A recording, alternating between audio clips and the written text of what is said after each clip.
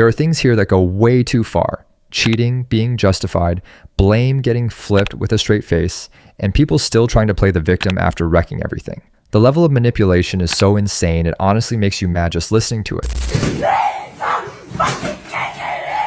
Stop. Stop.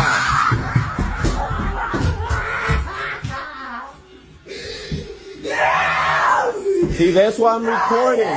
Because the cops ain't gonna believe this shit. Damn good thing that they have churches in most hospitals, because not only does she need to be Form 10, locked away, I'm talking grippy socks and padded cells, but she also needs an exorcism. Men 1000% should just start walking around with body cams on them 24/7, because 1000% she would have tried to blame that on him. I have 2 children. I have one that's almost 9 and I have one that just turned 4, and neither of them have ever thrown a tantrum that ridiculous. All in unison, at the count of 3, I want you to guess why she's throwing that tantrum. 1, 2, 3. Well, you all got it right. Yes, she was caught cheating. Oh my God, I mean, it's just proof, right? Women can be vomiting, crying, throwing up all over themselves, flailing. And that bitch would still be lying. Thank you. The one thing that I have asked for in our marriage that I have said will make me happy is to talk with me about what he wants or what he thinks so that we can do things together. I just want him to include me in his questions. I don't need him to make a decision. I just want to be included. But what you're asking for happens to be both difficult for Josh, but then he shouldn't have stayed in this marriage in the first place, because I've been asking for it from the beginning. Right, but the solution to that in your mind is for Josh I don't know what the solution is. I'm trying to talk to you. Okay.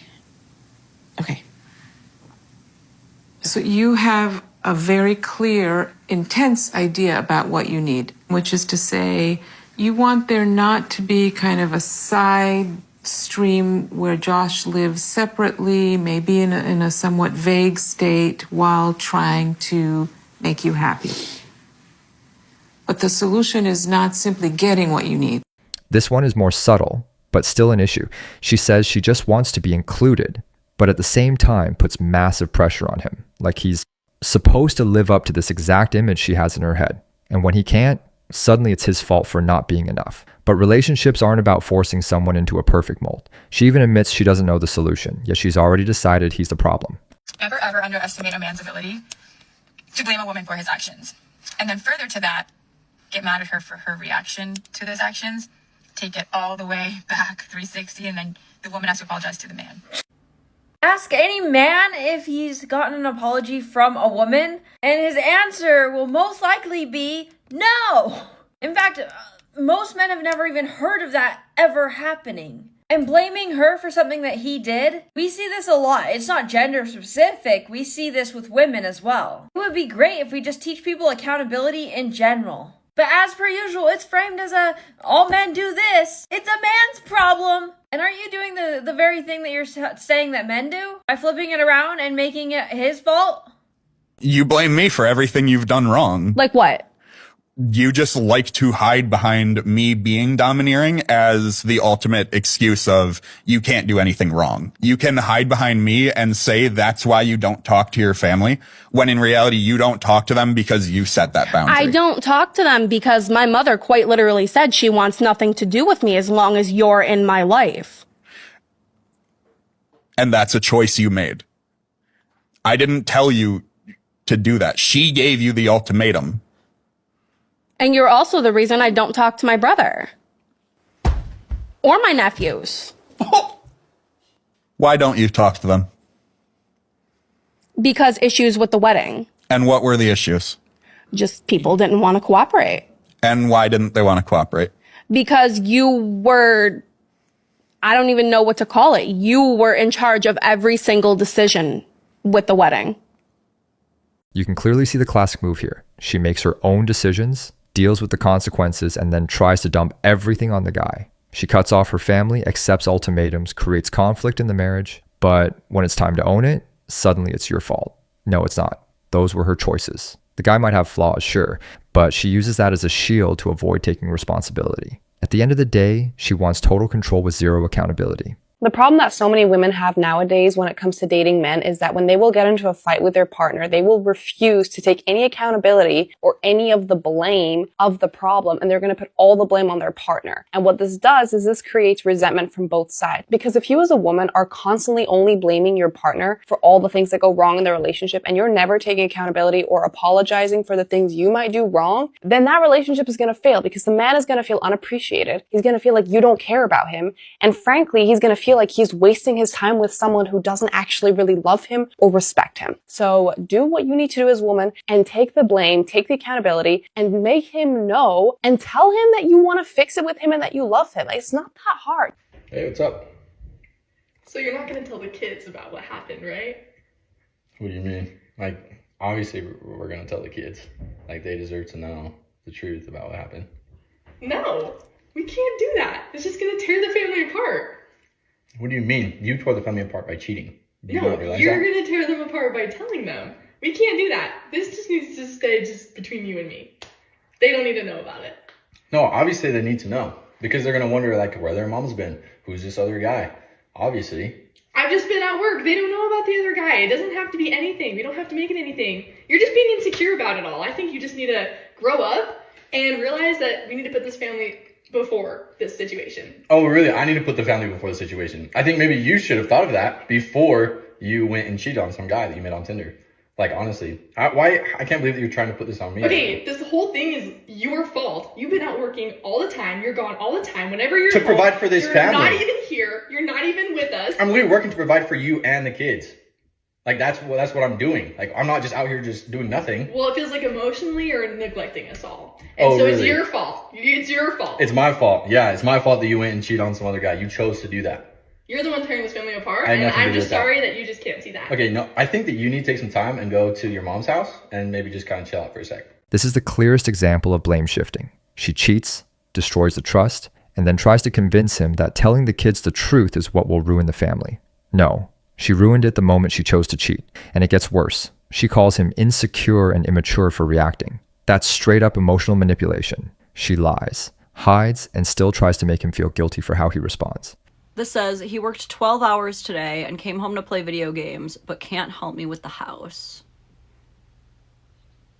First of all, he is helping you with the house because I'm pretty sure 12 hours of income helps with the house. Second, all I'm really reading here is that you had 12 hours to clean the house and didn't. Now, I'm not trying to say that this man shouldn't have to do any domestic labor whatsoever. Okay, that's not my point. My point is two things. One, if I just get off of a 12-hour workday, I myself am going to need some time to decompress. I do not want you immediately throwing me into more work. Let me sit down and gather my bearings, okay? And two, you're partner shaming. You're partner shaming your husband. You came onto social media on the world's most public platforms to try to humiliate and shame this man for working 12 hours and wanting a break. So if you want to put him under such scrutiny, you better be ready to be placed under scrutiny yourself. Also, I appreciate charitable interpretations, but for anybody wondering, well, what if she also worked that day? No, she's a stay-at-home mom, I fact-checked. So knowing that, he did help with the house. He helped by being out of there for 12 hours. For 12 hours, you had someone not contributing any mess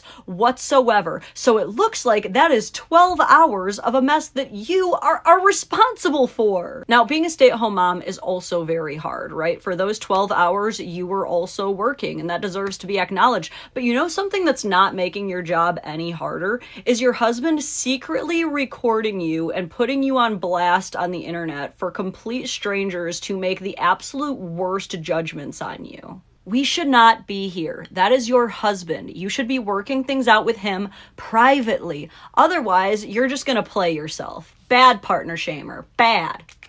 This one is just a lack of awareness. The guy works 12 hours, comes home exhausted, and somehow he's the villain for wanting a break. And instead of handling it privately, she puts him on blast online for validation. This isn't about chores, it's about respect. Working outside the house is contributing too, and dragging your partner publicly just shows you care more about outside approval than fixing your own relationship. You know something crazy? It has become such a norm for women to blame men for literally everything that we are also blaming men for your lack of being who you are. For example, a woman will say very quickly, if a man, I can be a feminine woman if a man puts me in a position to feel my feminine energy. Man, that's not a him thing. Who you are with has nothing to do with you being feminine or not. There are a lot of feminine women out here who are single, who are living alone. Like, it has nothing to do with your partner forcing you to be masculine. If you're masculine, that's a you thing.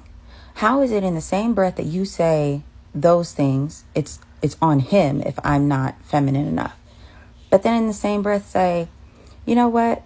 You have to love yourself. You can't depend on somebody else to make you happy. You have to be happy with who you are. Do y'all not hear yourself? You're talking in circles. You're literally just saying whatever makes you feel good at the moment. And that is where you lose men. Men are logical thinkers. Why are we speaking in circles of emotion if we're trying to connect with men? I'll tell you, because we're not. You're not trying to connect with men. You're trying to connect with other women. You want one place that you can come together and complain about men. The problem isn't men. The problem is you, honey. You are not being who you want to be. You are not requiring people treat you a certain way.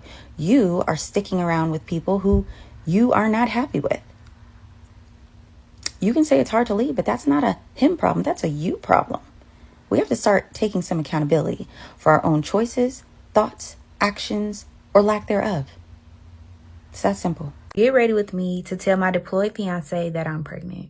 My fiance has been deployed for 6 months and my period is 2 weeks late. At this point, you really could just do the math yourself. And honestly, he can't blame anyone but himself. When we first started dating, he didn't say anything to me about joining the army. Had I known that, I probably wouldn't have took him serious. I'm not trying to put the blame on him here, but I don't know what he's doing in Germany. Like, did he really expect me to sit around and wait for him? The only reason I said yes in the first place was because I thought we were going to get married before he left. But obviously, this was all just a test from him. But the joke is on him. And to be honest, the only reason I feel bad is because I got caught. I don't know what he's doing, but I also don't have any proof. But unfortunately for me, my proof is right inside of me. I could just take care of it and not tell him, but I haven't made a decision quite yet. Maybe this is just part of our story. So I'll just have to convince him of that. Like Medea says, get them before you get got. And that's exactly what I did. There's honestly no telling the news he's going to have for me today. But whatever it is, I'm going to make sure he tells me first. The question is, am I wrong for what I did? You think that you could have possibly made the same mistake? You probably don't know what you would do in this situation because you don't even have a man. Anyways, wish me luck down below. This one is wild. She cheats, gets pregnant by another man, and still tries to spin a story where it's his fault because he went to work. Think about that. She literally admits she only feels bad because she got caught. There's no remorse, just strategy to manipulate the situation. That's not a mistake. That's character. And on top of that, she wants to convince him it's all part of their story. It's cold, calculated manipulation with zero respect for the relationship or the man.